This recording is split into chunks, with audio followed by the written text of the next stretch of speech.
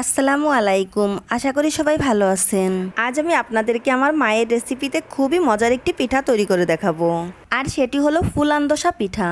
আশা করছি আজকের রেসিপিটি আপনাদের খুবই ভালো লাগবে। তাহলে চলুন রেসিপিটি শুরু করি। প্রথমে আমি পিঠার জন্য একটা ডো তৈরি করে নিব। এই জন্য চুলায় একটা প্যান বসিয়ে দিয়ে 2 কাপ পরিমাণ লিকুইড দুধ দিয়ে দিচ্ছি। সাথে দিয়ে দিচ্ছি স্বাদমতো লবণ। এখন দুধকে হাই হিটে জাল করে নিব। জাল করতে করতে দুধে যখন বলক আসবে তখন আমি দিয়ে দিব 2 কাপ ময়দা। ময়দাটা দেওয়ার সাথে সাথে এটাকে নাড়তে হবে। আমি দুধের সঙ্গে ময়দাটাকে 1 মিনিটের মতো জাল করে নিব, তারপর চুলাটা অফ করে দিব। বেশিক্ষণ জাল করলে নিচ থেকে পুড়ে যেতে পারে। নাড়তে নাড়তে যখন ময়দা ভালো করে মেশানো হয়ে যাবে তখন এটাকে ঢাকনা দিয়ে ঢেকে 5 মিনিটের জন্য রেস্ট রেখে দিব। 5 মিনিট পর একটা ছড়ানো প্লেটে নিয়ে নিচ্ছি। তারপর এই ডোটাকে গরম অবস্থায় মথে নিতে হবে। ডোটা যদি ঠান্ডা হয়ে যায় তাহলে এটা ভালো করে মথে নেওয়া যাবে না। কিছুক্ষণ মথে নেওয়ার পর এর মধ্যে দিয়ে দিচ্ছি ডিম। আমি একটা ডিমকে কাঁটা চামচ দিয়ে ফেটিয়ে নিয়েছি, সেটাই দিয়ে দিচ্ছি।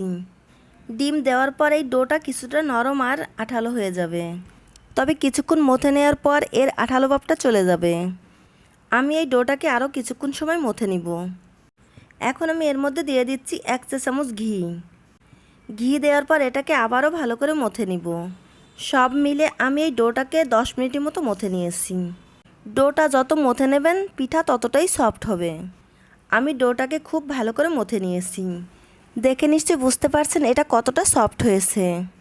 এখন আমি এখান থেকে ছোট ছোট লেচি কেটে পিঠা তৈরি করব। আর আমি এই ফুল আন্দোসা পিঠাটা সাজ দিয়ে তৈরি করব। এখন আমি এখান থেকে একটা লেচি নিয়ে বলের মতো গোল করে নিব। তারপর এটা ছাঁচের মধ্যে দিয়ে চাপ দিলেই পিঠা তৈরি হয়ে যাবে। আর অবশ্যই এই পিঠাটা তৈরির আগে ছাঁচে হালকা তেল ব্রাশ করে নেবেন। এতে করে পিঠাটা খুব সহজে ছাঁচ থেকে বের করা যাবে। আমি একটা পিঠা তৈরি করে নিয়েছি, এখন আমি আপনাদের আরেকটা পিঠা তৈরি করে দেখাচ্ছি। এভাবে আমি সবগুলো পিঠা তৈরি করে নিব।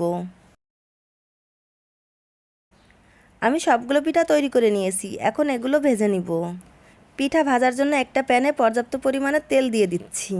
আর অবশ্যই এই পিঠা কিন্তু ডুবো তেলে ভাজতে হবে। তেল গরম হলে আমি একে একে পিঠাগুলো দিয়ে দিব। তারপর চুলার আঁচ মাঝারিতে রেখে পিঠাগুলো ভাজতে হবে। পিঠাগুলো কিছুক্ষণ ভাজার পর দেখা যাবে অনেকটা ফুলে উঠেছে। তখন এর এক পাশ উল্টিয়ে দিতে হবে। বারবার উল্টে পাল্টে যখন পিঠার কালার চেঞ্জ হয়ে যাবে তখন আমি তেল ঝরিয়ে পিঠাটা তুলে নিব। একইভাবে আমি বাকি পিঠাগুলো ভেজে নিব। আমি সবগুলো পিঠা ভেজে নিয়েছি। এবার আমি পিঠাগুলো দুধে ভেজাবো। এই জন্য একটা প্যানে নিয়ে নিচ্ছি 3 কাপ পরিমাণ লিকুইড দুধ। আর দিয়ে দিচ্ছি 1/4 চা চামচ এলাচের গুঁড়ি। এখানে আপনারা আস্ত এলাচও দিতে পারেন। এবার নেড়ে চেড়ে দুধটাকে জাল করে নিব। দুধে যখন বলক চলে আসবে তখন দিয়ে দিব 1/2 কাপ পরিমাণ চিনি। এখানে মিষ্টির পরিমাণটা আপনারা আপনাদের টেস্ট অনুযায়ী দিবেন। তারপর দিয়ে দিচ্ছি 1 চিমটি লবণ। এতে মিষ্টির ব্যালেন্স ঠিক থাকে। এই পিঠাটা ভেজানোর জন্য আমাদের পাতলা দুধের শিরার প্রয়োজন, তাই আমি এই দুধকে জাল করে ঘন করব না। চিনিটা গলে যাওয়ার পর দুধে 2-3টা বলক তুলে আমি এই শিরাকে চুলা থেকে নামিয়ে নিব। শিরাটা চুলা থেকে নামিয়ে নেওয়ার 2 মিনিট পর এর মধ্যে আগে থেকে ভেজে রাখা পিঠাগুলো দিয়ে দিব। তারপর পিঠাগুলোকে উল্টে দিয়ে ঢাকনা দিয়ে ঢেকে 2-3 ঘন্টার মতো অপেক্ষা করতে হবে। আমি 3 ঘন্টা পর ফিরে এলাম। এখন আমি ঢাকনাটা তুলে নিচ্ছি। দেখতেই পাচ্ছেন পিঠাগুলো ফুলে ডাবল হয়ে গেছে। এখন আমি পিঠাগুলো পরিবেশন করব। আমি আপনাদের একটা পিঠা কেটে দেখাচ্ছি। দেখে নিশ্চয়ই বুঝতে পারছেন এটা কতটা সফট হয়েছে।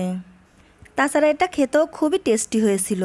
আশা করছি আমার এই পিঠার রেসিপিটি আপনাদের ভালো লাগবে। ভালো লাগলে আপনারা অবশ্যই পিঠাটা বাসায় তৈরি করবেন। আর এরকম নিত্য নতুন মজাদার রেসিপি পেতে চাইলে আমার চ্যানেলটিকে সাবস্ক্রাইব করে আমার পাশে থাকবেন। আজ বিদায় নিচ্ছি, সবাই খুব ভালো থাকবেন। আমার এবং আমার ফ্যামিলির জন্য দোয়া করবেন। আল্লাহ হাফেজ।